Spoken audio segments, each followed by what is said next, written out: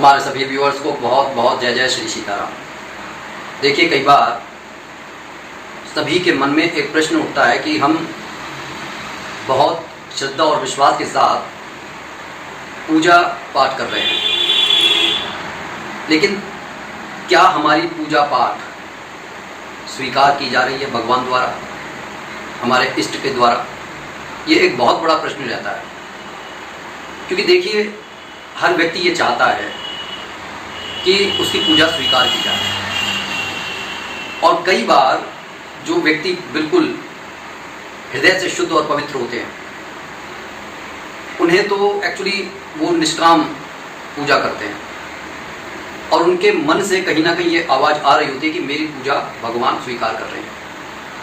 लेकिन जो सांसारिक मनुष्य हैं, जिन्हें मालूम है, जो ये कहा जाता है कि व्यवहारिक जगत में अपने काम निकालने के लिए भी आदमी को कई बार बहुत सारे झूठ बोलने पड़ते हैं।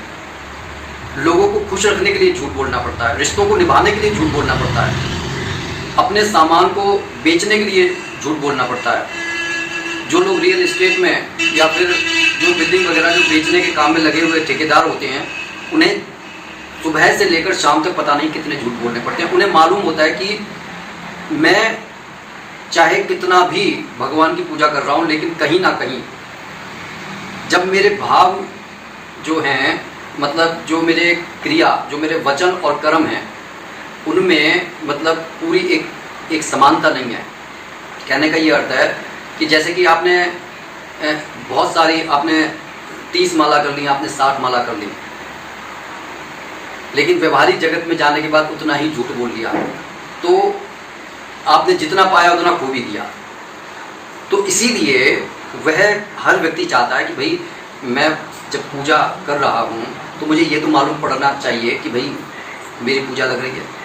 तो आज सिर्फ इस छोटी सी वीडियो में मैं आपको ये बताने का प्रयास करूँगा कि पूजा चाहे मन से की जाए चाहे बेमन से की जाए, पूजा ईश्वर स्वीकार करते हैं।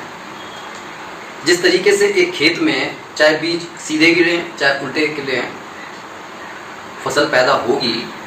तो कहने का ये अर्थ है, जो लोग भगवान की पूजा करते हैं, पूजा कभी व्यर्थ नहीं जाती। लेकिन अब जो लोग ये जानना चाहते हैं कि क्या हमारी पूजा स्वीकार की जा रही है, तो सबसे पहली बात कि अगर आपने किस भगवान पर, अपने इष्ट पर कोई माला चलाई है, वो अचानक से टूट कर गिर जाती है, तो इसका मतलब भगवान आपकी पूजा से प्रसन्न है। कभी कोई फूल उठाकर आप भगवान के सर पर रख दीजिएगा, उनके कंधे पर रख दीजिएगा, अचानक से वो फूल गिर पड़ता है पूजा करते समय। अच्छा, और एक बात और नोटिस कीजिएगा, जब वो फूल गिरेगा आप बहुत ज़्यादा आनंद विभोर हो रहे होंगे, आप बहुत ज़्यादा निकटता भगवान से महसूस कर रहे होंगे, और वो फूल गिरेगा, आपके अंतर्मन से आवाज़ आएगी कि ईश्वर आपके निकट में है। या फिर जो ज्योत आपने जलाई हुई है, उस ज्योत में आपको नित्य प्रति फूल बनेगा, और जिस इष्ट की आप पूजा करते हैं, कई बार उन इष्ट की छवि उस फूल के रूप में बन जाएगी। अगर आप हनुमान जी की पूजा करते हैं तो हो सकता है कि हनुमान जी गदा लेकर बैठे नजर आएँ या अभय मुद्रा में आएँ। कई बार ऐसा भी देखा गया है, जो लोग माता रानी की पूजा करते हैं तो त्रिशूल लेकर साक्षात माता रानी नजर आती हैं। तो कहने का ये अर्थ है, किसी न किसी रूप में, चाहे आप भगवान कृष्ण की पूजा करते हैं तो वो आपको बंसरी लेकर जो है वहाँ पर आपको खड़े हुए दिखाई देंगे। तो कहने का ये अर्थ है कि अगर इस तरीके से फूल बन रहा है, तो उसका मतलब ये है कि देवता आपको आशीर्वाद देकर कह रहे हैं, मैं तेरी पूजा से प्रसन्न हूँ, स्वीकार करता हूँ और अपनी कृपा तेरे पर बनाए रखूँगा। कई बार ऐसा भी देखा गया है कि जब व्यक्ति भगवान के सामने बैठा होता है, तो कई बार ऐसा लगता है जैसे किसी ने हमारे सर पर ऐसे हाथ फेर दिया। आप समझ जाइए, अगर ऐसा एक स्नेहिल स्पर्श आपको महसूस होता है तो समझ जाइए कि भगवान आपके साथ हैं। या फिर पूजा करने के बाद में कई बार मैंने कहा है कि देखिए, रात्रि में सोने से पहले आप थोड़ी देर मेडिटेशन कीजिए, पद्मासन लगाकर बैठिए। उस समय हम ये अपना टेस्ट कर सकते हैं कि भाई ईश्वर हमारी पूजा को स्वीकार कर रहे हैं कि नहीं कर रहे हैं। तो इसका एक ये तरीका भी है कि जब आप मेडिटेशन करने बैठेंगे तो आपको अपने आज्ञा चक्र पर प्रकाश जो है बहुत तेज, पहले वो मध्यम होगा, फिर धीरे धीरे से वो तेज होता चला जाएगा। अगर ऐसा हो रहा है, या फिर आपको बादल की गरज सुनाई दे रही है, बिजली की कड़कड़ाहट सुनाई दे रही है, चिड़ियों की चहचहाहट सुनाई दे रही है, या फिर आपको बादलों की गरज के साथ में ऐसा महसूस हो रहा है कि पानी आपके ऊपर ही गिर रहा है, या फिर आपको घंटे की आवाज़ थोड़ी थोड़ी डिस्टेंस पर सुनाई दे रही है, मतलब जो टाइम ऑफ इंटरवल है थोड़ी थोड़ी देर पर आपको सुनाई दे रहा है, आप समझ जाइए कि आपकी पूजा स्वीकार हो रही है, आप आध्यात्मिक मार्ग पर धीरे धीरे आगे बढ़ रहे हैं। या आपको ओंकार की आवाज़ सुनाई दे सकती है। इसको समझने का हमारे को ये प्रयत्न करना चाहिए कि देखिए, जो मैं आपसे बात कह रहा हूँ वो आप सुन रहे हैं, लेकिन उस समय जब आप ध्यान की अवस्था में बैठे होंगे तो बाहर की आवाज़ें जो आ भी रही हैं उनसे हमारा कोई मतलब नहीं है। आपके अंदर से जो आवाज़ें आपको महसूस हो रही हैं, सुनाई दे रही हैं, उन आवाज़ों की बात कर रहा हूँ। अगर ऐसा आपको महसूस होता है, अनुभव होता है, तो समझ लीजिए कि आपकी पूजा स्वीकार की जा रही है। और कई बार ऐसा होता है कि देखिए, हमारे को ये नहीं मालूम होता कि हम जिस अभीष्ट फल की इच्छा के लिए पूजा कर रहे होते हैं, हो सकता है कि उसे मिलने में कठिनाई हो, लेकिन अगर ये सारी बातें आपके साथ हो रही हैं तो आपको सतर्कता के साथ और पूरे परहेज के साथ जो है भगवान की पूजा करनी है, छोड़ना नहीं है।